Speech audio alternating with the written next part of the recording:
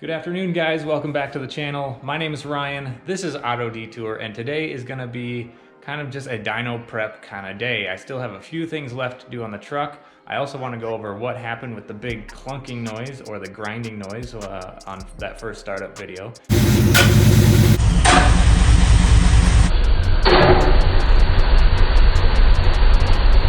And we're also going to be loading the bass tune that the tuner sent me off of my SCT X4 here. So a lot of things to get done. It's going to be a little bit hectic, so I hope you guys enjoy this video. Let's get started.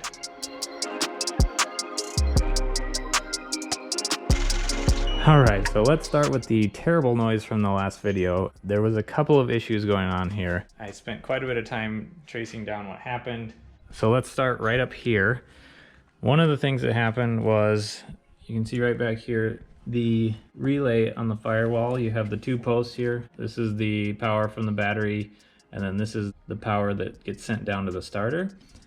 So this is the alternator wire over here. I had the alternator wire on the wrong side of the relay. I had it up here. So I think what happened is the alternator actually triggered the starter solenoid to engage when the truck was already running, because I was very confused why the starter engaged again while the truck was running. So I got that wire moved down to the correct post on the relay. So obviously that was completely my fault. So now, as you can see, I got the old starter out here, and I went underneath and I looked, and the signal wire on the solenoid here was actually folded over. I must have accidentally bent it over when I was working on something else. Here's a little spider. Run away! You can see where the signal wire actually welded itself to this little metal piece on the starter solenoid. So, and by doing that, it completely fried the solenoid. And you can see in the last video, I'll put a little clip here, that the power wire going down to the starter was actually smoking because it was getting so hot, and eventually the solenoid just fried. So, pulled the starter out. I got a new one in there. So you can see the new one there, all bright and shiny. Got that guy off of Amazon, Next Day Air with your Prime. So I'll put a link to that guy down below if you're looking for a starter. 107,000 miles on the original starter, and I fried it because I'm an idiot. So let's move on to, I've already started, I pulled the wire through the firewall for the boost solenoid. We need to get that guy hooked up. I pulled another wire through the firewall for our map sensor to run our boost gauge. Still got to get the electric fan controller hooked up. But before we get into hooking all of that up, we're gonna hop in the truck, load the bass tune off of the SCT handheld here onto the truck. I need to start it up, let it idle, so I can get some AFR numbers, send those to the tuner, make sure we're good at idle. And then we gotta go cruise it up and down the street a little bit, make sure our AFRs are in the range that we want them. And then when we're good to go there, we'll come back here, get the rest of the stuff hooked up so that we're ready for dyno day. So I got my wire for the tuner plugged into the OBD2 port down here, and it's got a little HDMI end on it here. So we're just gonna plug it into the handheld.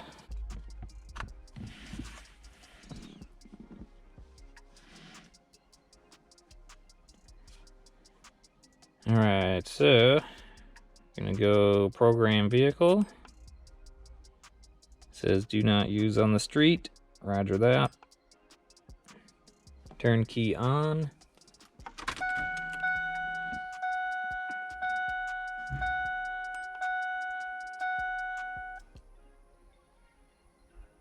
So we're gonna go down and select our bass tune file here, and then hit continue.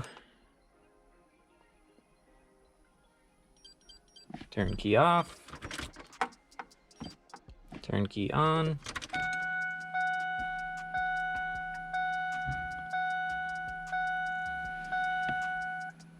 All right, so there it's loading the bass tune onto the truck.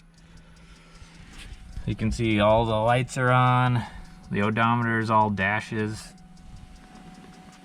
I don't know if you can hear, the fuel pump is running constantly. So it just does a bunch of weird stuff while it's programming it. And while that's programming, you can see the map sensor is hooked up now, so we're at You can see 0 PSI now, so instead of whatever that weird number was it was showing before.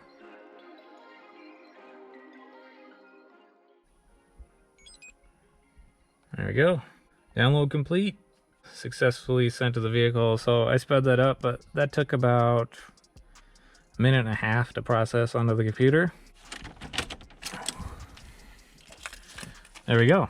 So now the bass tune's on the truck. Let's go clear some stuff out of the way and fire it up.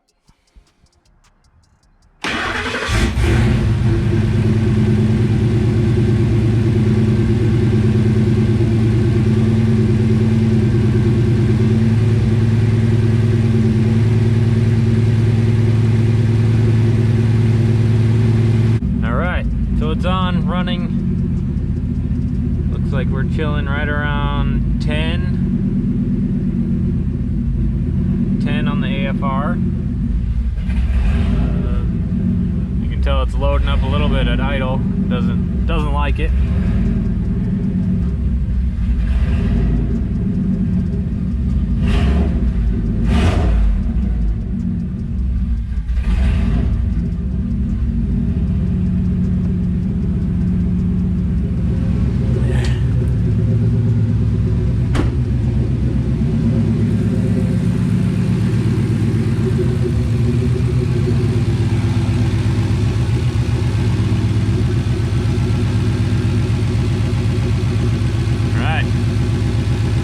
Turbo spinning at idle now. I was a little uncertain why it wasn't spinning at idle before, but now it seems to be spinning just fine.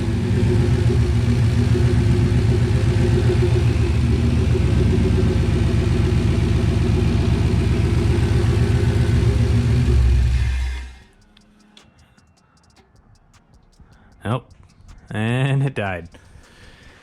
Yeah, it's not liking to idle too much, but I think that's because we're trying to go overly rich so that we don't hurt anything. The plan is to drive the truck to the dyno.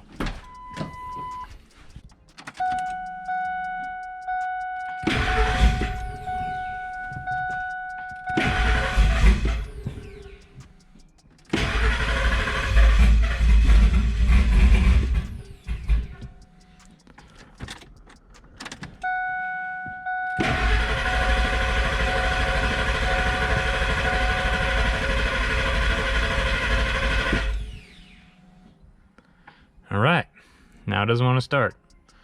Probably flooded it out.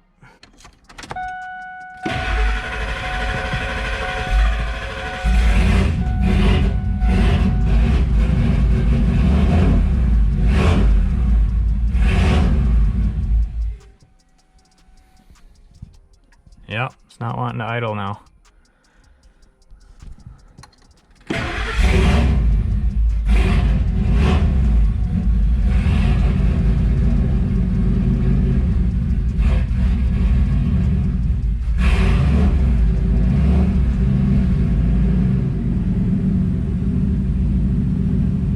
There we go.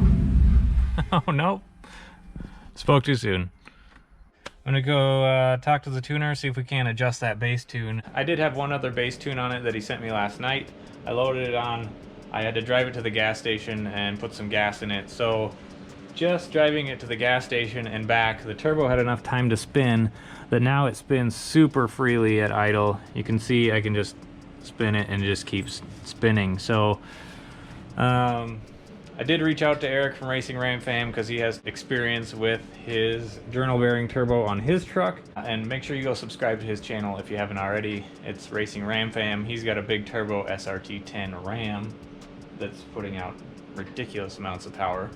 But anyway, he was telling me that the journal bearing turbos just need a little bit of time to break in. It doesn't take long, but after they do, they'll spin just like a top. And so just driving it at the gas station back, you can tell that it's spinning so much more freely than it was on first startup. So oil's flowing through there, getting it all lubricated.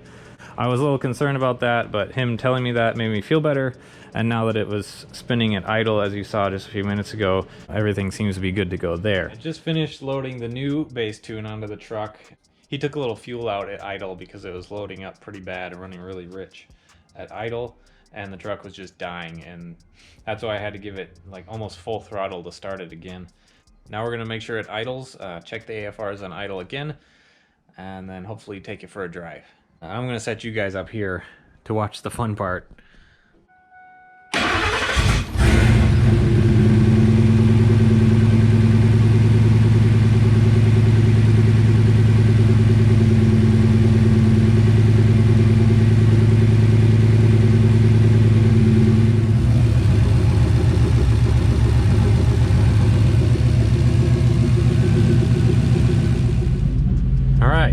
So it's actually idling now, kind of chilling around the 16 to 17 AFR range for idle. I'm going to take it for a short drive. It's nice that it's actually stays running while it's in gear now.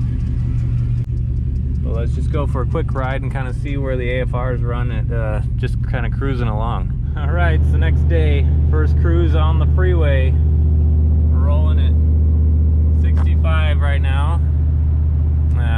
Just watching the AFRs here. Looks like cruising at 65, right around 14.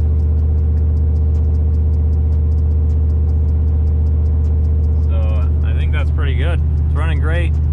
It's super loud though. It's definitely not going to be able to go with an open downpipe. Gonna have to figure out what kind of exhaust to put on this thing. So leave a comment down below what you guys think would sound the best on this truck and what your favorite exhaust would be to put on it. I'd like to know what you guys think, so we'll finish setting up. This bass tune looks really good enough to cruise to the dyno. Cool. I'm really excited and it's really loud. Check engine light is on for some weird reason. It's almost like I modified a bunch of stuff. All right guys, new garage, same truck. We're over here at Racing Ram Fam's house. Hi. Be sure to go. Yes, his old garage. He's moving to a new garage, but be sure you go subscribe to Eric on Racing Ram Fam. Check out his big turbo SRT10 Ram. But we're just here. Tomorrow is the dyno, so we're just doing like last minute stuff to get ready for the dyno. I installed the map sensor right here.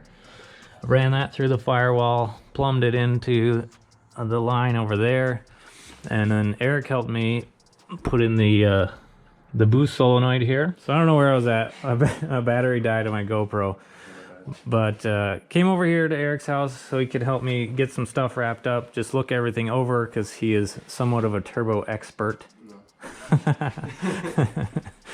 No. Always nice to have an extra set of eyes on stuff. So got the boost solenoid mounted up here, run over to the wastegate, top and bottom side of the wastegate there. We have the line run to the front of the turbo here now. I'm just seeing that I need to clip that zip tie again. We got all the wires for the fan controller over here. Everything's kind of a rat's nest right now. We'll clean that up later. Getting to be late, so, and we just need to get it ready for the dyno. So we got all the wires run here over to the electric fans. It's just all this little stuff we had to wrap up before tomorrow, and I super appreciate Eric helping me here. We got the catch can in. We gotta run to O'Reilly's to get a fitting, and then Ryan lost the fitting. Oh yes. So we spent a good half hour trying to find that fitting after he dropped it, and they dropped it again. Yeah, I for whatever reason couldn't screw that in. I keep dropping it down there, and the first time we couldn't find it for like half an hour. So that was pretty terrible. Boost solenoid, catch can, and then the fan controller. Fan controller. And then we had to move the washer reservoir to get the fan controller installed. We had to move the air filter to mount the catch can. We ended up just bending a bracket up and bolting it to it for the catch can. And we had to get some more hose, because this hose, as you can see, is a different size than this hose. Is because that side on that valve cover, the PCV breather, is smaller than this valve cover's PCV breather. Yep. But it all works and it looks good. Yeah. We should be ready for dyno day. So as you can see, this is all going to get covered up with the plastic radiator cover. I have the cover off of here. I'm going to leave all the covers off for the dyno in case we need to get to stuff. But yeah, that wraps up the build. It looks like we are all set for the dyno. Comment down below. Send a prayer. Hopefully we don't have any issues tomorrow at the dyno, because it is a giant headache and you have issues at the dyno because you really don't want to fix it in some random person's shop. That's just how I feel. Yeah. I feel really uncomfortable working with other people's tools in someone that you barely know's shop. So. Right. But it's a fun time. When everything goes right, it is a good time. I blew my stuff up at High Tech, so hopefully Ryan doesn't. Yeah. So. But I'll be there. I'll be his inner voice. Right. So it's safe. We're going to the same dyno where Eric blew up his motor on his SRT10 Ram. Oh, right over there. Yeah, it's actually sitting here. This big old V10 block that now has a window in the side of it. Right there. All the good juiciness. Yeah, right there, and then the holes right there. You can see the light popping through. There's the hole in the block. Yeah. So That's this is the example of what not to do tomorrow. What we're not doing tomorrow. In all fairness, you were shooting for a lot higher horsepower now. And look how big the turbo is. And he's got a much larger turbo. So again, make sure you go check him out. His truck is ridiculous. I got to ride in it for the first time actually tonight. And On a slipping clutch.